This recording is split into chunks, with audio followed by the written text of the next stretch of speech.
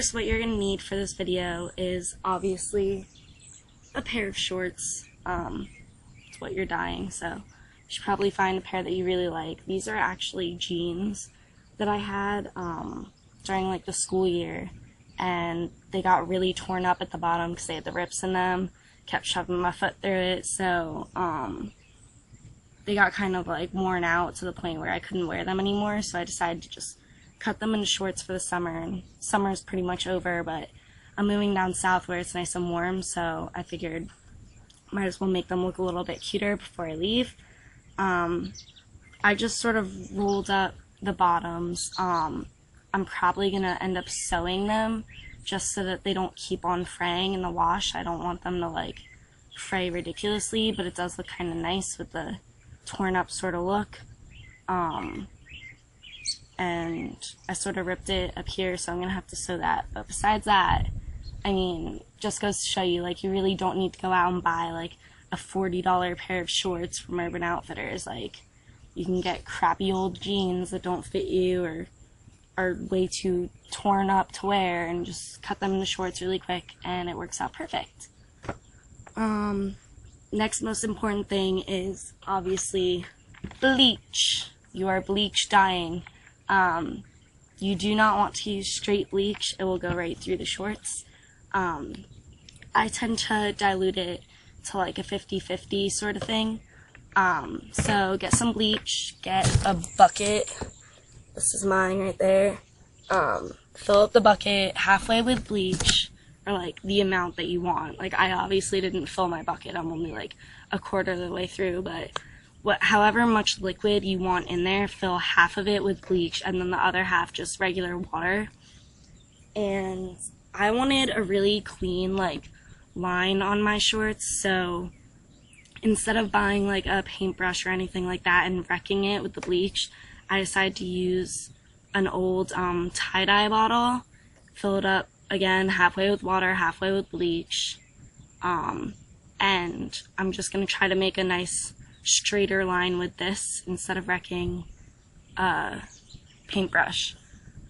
It's usually a good idea to wear gloves for this, but I don't really have any. My hands are already starting to smell like bleach, actually. And if I have any open cuts, it's probably gonna burn, but so yeah, word of advice, wear gloves even though I'm not. And then another thing that I got is just a crappy old towel. I don't know if you guys can tell, this is supposed to be purple. It's got a lot of pink in it because it actually got bleached at one point. I think like you were cleaning the bathroom or something and the bleach spilled all over it. So any old towel will work. I just use this because I don't want anything like around to get wrecked. And it just rained like over the night, so everything's kind of wet. So I don't want like the water screwing anything up. So that's why I have a towel.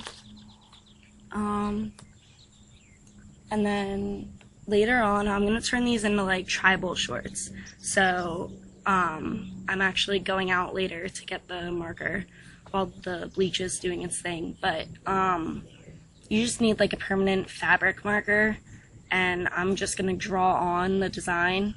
But I know, like, me personally, I'm, like, picky about my designs and stuff. Like, I have all these ideas, but if they're gonna happen, they have to look good. So I draw all my stuff out beforehand. So I decided to put a little seahorse on the little butt pocket. And the reason this is on an orange sticky note is because, one, I have no other colored sticky notes, like normal sticky notes. I only have orange. And because if you look at the pocket, and if you put this on it, it gives me like about an inch around every single side. Fits pretty nice on the pocket, so I just like it because it worked out size-wise for me. That way I don't have to worry about like trying to make it bigger when I'm putting it on the shorts. I can basically just make it the same size I did here. And then just sort of like doodle some other patterns that you like. This is probably what my shorts are gonna be, but this middle part is supposed to be like this, but it's a little bit too close together on here. I'm gonna have a bit more room, so this is just to judge spacing better so it doesn't look as tight as it does over here. So yeah, that's that. The actual like dip dyeing part is really easy. Fold your shorts in half, grab your bucket, try not to spill bleach all over my computer, and all you're going to do is you're going to dip your shorts into the bleach. So, I mean, as deep as you want the color to go, that's how much you're going to dip it in. And you can always clean up the line a bit later. That's why I have the tie-dye bottle. Hey guys, okay, so for this part of the DIY, we are now going to draw the pattern onto our shorts. All you need is a fabric marker. This is a really ancient one that I found in my house. It's Sanford Rub-a-Dub laundry marking pen. Laundry pen, in case you didn't know, because I didn't know, is a marker that will permanently mark fabric. They used to use it to like write their names and stuff inside their shirts. Sharpie makes some, stuff like that.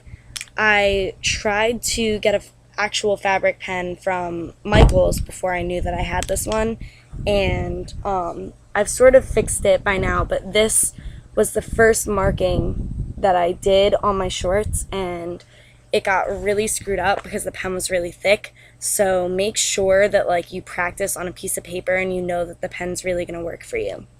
I don't know if you guys can see, but here are some really faded pencil markings.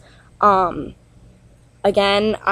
if I'm going to draw something on, the design has to be perfect. So to make sure that I have my spacing and everything correct, I just took a regular old pencil and drew the pattern that I wanted in pencil first. And then you go and you grab your fabric marker pen and you go over what you have already drawn on.